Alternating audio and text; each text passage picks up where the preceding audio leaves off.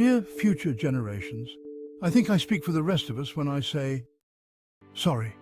Sorry we left you with our mess of a planet. Sorry that we were too caught up in our own doings to do something. Sorry, we listened to people who made excuses to do nothing. I hope you forgive us.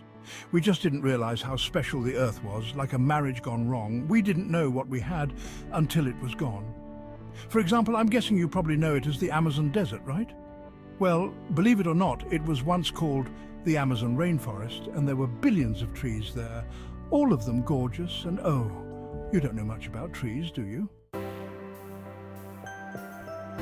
Well, let me tell you, trees are amazing. I mean, we literally breathe the air they are creating.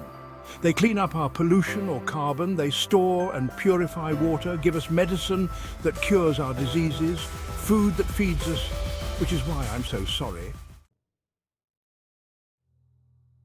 to tell you that we burn them down, cut them down with brutal machines, horrific at a rate of 40 football fields every minute.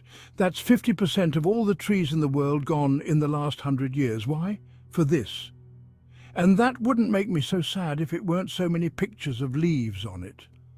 You know, when I was a child, I read how the Native Americans had such consideration for the planet that they felt responsible for how they left the land for the next 7 generations, which brings me great sorrow because most of us today don't even care about tomorrow. So I'm sorry. I'm sorry that we put profit above people, greed above need, the rule of gold above the golden rule. I'm sorry we use nature as a credit card with no spending limit, overdrafting animals to extinction, stealing your chance to ever see their uniqueness or become friends with them.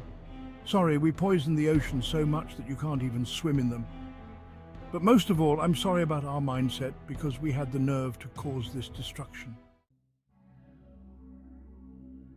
Hey, Fox News, if you don't think climate change is a threat, I dare you to interview the thousands of homeless people in Bangladesh. See, while you were in your pit house, nestled comfortably, their homes were literally washed away beneath their feet due to rising sea levels. And Sarah Palin, you said that you love the smell of fossil fuels.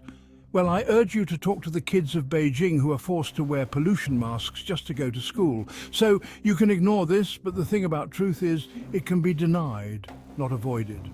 I'm sorry, future generations. I'm sorry that our footprint became a sinkhole and not a garden. I'm sorry that we paid so much attention to ISIS and very little to how fast the ice is melting in the Arctic. I'm sorry we doomed you, and I'm sorry we couldn't find another planet in time to move to. You know what? Cut the beat. I'm not sorry. This future, I do not accept it because an error does not become a mistake until you refuse to correct it. We can redirect this. How? Let me suggest that if a farmer sees a tree that is unhealthy, they don't look at the branches to diagnose it, they look at the root. So, like that farmer, we must look at the root and not to the branches of government and not to the politicians run by corporations. We are the root. We are the foundation. This generation, it is up to us to take care of this planet.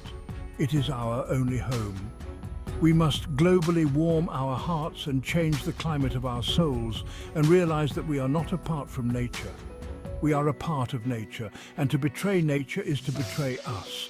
To save nature is to save us. Because whatever you're fighting for, racism, poverty, feminism, gay rights, or any type of equality, it won't matter in the least, because if we don't all work together to save the environment, we will be equally extinct. So, hey guys, for the past several weeks I've been here in Africa, the heart of Africa, witnessing the horrific destruction of the rainforests, which inspired me to write this piece.